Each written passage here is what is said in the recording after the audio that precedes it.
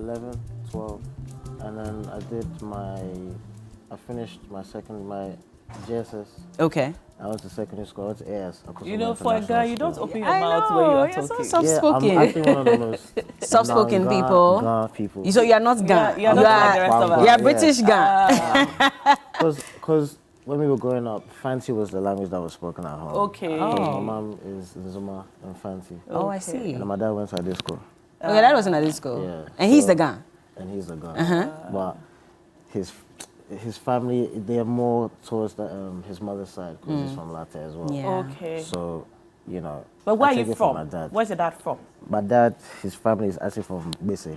Bese. Yeah, it was in Okay. Jamestown. Okay. Yeah. So you're a Bese boy. It's a British Accra. Yeah, you know, when kind you're of. British, you're kind of like soft-spoken. What's your coming? Yeah. Oh, you're coming. Eh, what person no they are I feeling haven't it. had King K for like 5 years though. What? You're in Ghana and you are not having That's kids. a lot. Why? I haven't had this since I come, but We'll Why? remedy that Why? after the show, okay? I don't know. We'll about, remedy that I after don't the know show. about today. Maybe tomorrow. Maybe tomorrow. No, eh? what? 'Cause I Why have not today? I have my mind on Watch It this morning, to be honest. Watch it. It's fine. Yeah, You watch can it is have- also great. You can have the but coming for dessert.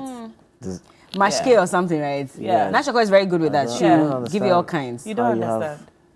anyway. Or you want kinky with pepper and fish and fried Yeah. eggs and all that. You must yeah. have it's a very You have to have the colorful, whole- you know, display. Spread, yes. So You have to have all pear, fried eggs, shrimp, different sizes of fish, and then 3 different colors of pepper. So Now, and are stuff. you talking about what you want to eat or what? tilapia I'm as well. tapping into it. And some good tilapia as well. Anyway, but what was growing up like? I know you did mention that, you know, when you're growing up, your parents used to listen to the likes of Kojo and Chi and, you know, other musicians as well. So that informed your interest in old songs more like. Tell us about that.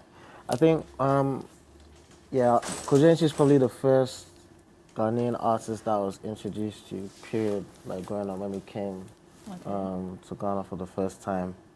But my dad is a jazz fanatic, so, Okay.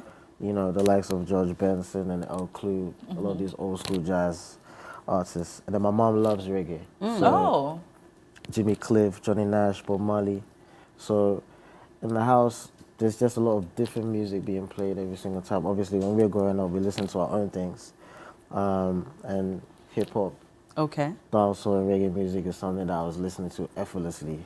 But, you know, as you growing up in your secondary school, the hip life and stuff, my favorite era was the era when Hammer and Tiny and Kwade and Okra, all these people, Buffalo, and like literally had this sound, and I feel like that was kind of like one of my favorite eras ever in Ghanaian music, and that's kind of like what I, you know, kind of like grew up to, but all of that's disappeared.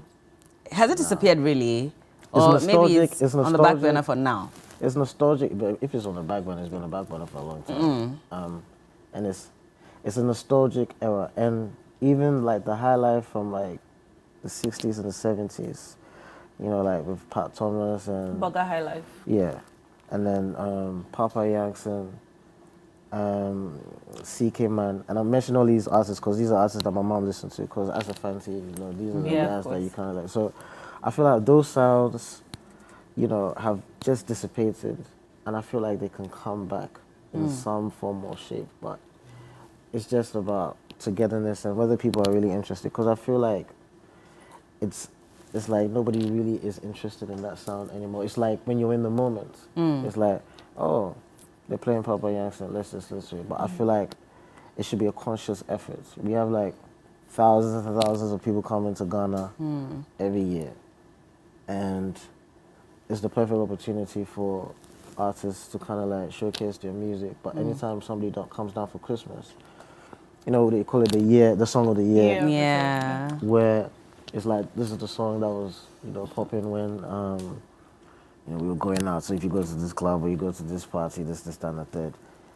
And it hasn't been a Ghanaian song for a while. It hasn't been. I don't think so. What's been the song? It's been a lot of Nigerian songs and I'm a piano song. You mean in the UK?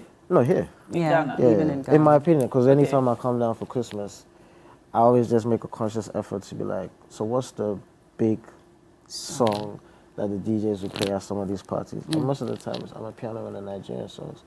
And I think the very last big song was probably Black Sheriff with Kwaku the Traveler, I think. But we've had the likes of Camido, also drop songs. They're good songs. And those have been the songs of the year for at least 2022. Yeah. And Not 2023. but not like conscious bang. You know, it's like Kamido's an amazing artist as well, and he has some great songs as well. But it's like when somebody goes back to London or America, in their mind it's like, oh, this is the song that we heard consciously when we were out all the time. This is the song we heard. And most of the time, a Ghanaian song does not come up. It doesn't at all. It's actually an amapiano song, or maybe it's an Afrobeat song that, you know, maybe a Burner or Wizkid, you know, put out. So I feel like, and even the DJs, they play Ghanaian music for a very, very short period of time. Like there's probably like maybe on radio, you mean? No, on like in the clubs or on these no. parties. Like you probably hear for like 10, 15 minutes max, and then they go back to like the commercial, traditional Nigerian Afrobeat sound. In my opinion, I want to take you back to your liking for Highlife, Pat Thomas, Burger Highlife, and such. Yeah. When we listen to your sound, it's very, you know, it's got a lot of soul. It sounds like old Ghanaian music, old Ghanaian Highlife. Are you, by your records and the work you're doing, trying to bring back that sound? I don't think it's a thing of bringing it back per se because it's already there, but I think I'm just trying to make a conscious effort to encourage producers to kind of like, you know, let's tap into that sound, because we can't blame the artists all the time. Sometimes it's the producers that kind of like present these things and say, hey, Charlie, we could try this thing, let's do that, whatever. Because it's like whatever is presented as popular is what everybody is going for. So if it's a drill song or it's an amapiano song, because that's what's popping. But for me, I think that's just my preference because that's what I grew up on and that's what I love to make. And I just make it like instantly. Like if I go to the studio, it's really easy for me to kind of like put those elements together. And if I want to merge it with a different genre, of course, it will lean towards the other genre more, but I always make sure that there's some elements of Ghanaian sound in there. Just what's the as an role identity. of the producer, of the record producer, in deciding what the sound should sound like or which genre of music to produce? Yeah, I think that's a good answer. I think also the producer is kind of like responsible for shaping the soundscape of, you know, whatever, the soundscape, you said? Yeah, of what a genre should pretty much be. Okay. So, for example, if we go to hip hop, you know, hip hop has had different sounds and eras of their genre, but then there were certain drum patterns and there were certain rhythms that everybody was following. That was what the producer was kind of like moving with, and then other producers follow, and then they kind of like, okay, this is kind of like the in sound now, and that's how the sound evolves. In Ghana, I feel like the songs that are categorized as Highlife now are not the traditional elements of what Highlife actually was back then. You may hear one or two rhythms here and there that are reminiscent of it, but it's slowly getting watered out. What are the traditional elements of Highlife? There's so many different styles of the guitar. There's the kwao, there's the aponsa, and these are, you know, names that have been given to, you know, the style of the instruments, the way they play the guitars, right? There's the traditional drum patterns, but the Ghans have theirs, Fantis have theirs, the Ashantis have theirs, and they're obviously different drums. So like there's the Balogo drum, there are the djembe drums, the shekere, the gongos, and all this type of elements. So those are the things that make traditional, or the Highlife as we used to know it. And the Highlife that we're producing now do not have those elements. Even if they're in there, it's kind of like watered down and it's kind of like made to be quite clean.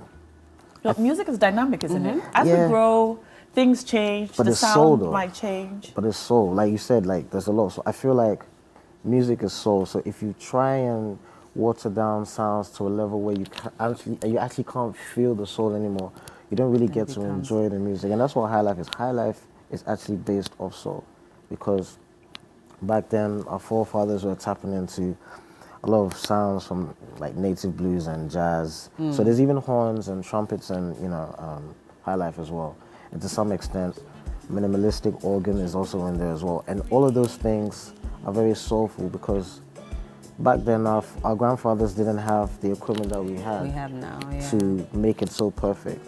But it being too perfect is the problem. Sometimes you just want one instrument. Yeah, you just want some sound to be off, or even somebody talking in the background. I want to come in on this because, again, if you look at what has been written about you, you're described as one of the pioneers of Afrobeats to an extent. I don't know if you accept that tag, but you're talking about how we sort of have watered down the elements of high life, and it looks like everybody's chasing another genre, sort of. Would you say then that you'll take part of the blame because you've had the opportunity to work with some of the artists, and you don't necessarily hear a lot of the high life as against the Afrobeats, which is why Ghanaians are now complaining that we all focus on Afrobeats and it's like we're losing ourselves and we're giving it all to the Nigerians. Would you take part of that blame for the kind of sounds you have put out too? I have made a lot of records with a lot of Nigerian artists. And I think the music that I have produced for them hasn't necessarily been watered down. I think I have complemented elements of Ghanaian music to somewhat their preference. Okay. But I've always, shaped a different type of sound for every single artist that I work with. I think for me, my sound, I like to tap into different genres so that it can be appealing to like different worlds, because at the end of the day, it's about crossing over. I haven't been able to do that with the Ghanaian artists just yet. Why that? The opportunity hasn't presented itself. Really? You're Juls. You're saying what? Yeah, but is it that you haven't reached out to the Ghanaians or the Ghanaians haven't reached out to you? Oh, when which the is Ghanaians which? reach out to you, they don't want that. I don't think the ones who've reached out to me haven't known what they have wanted at the time that they've reached out.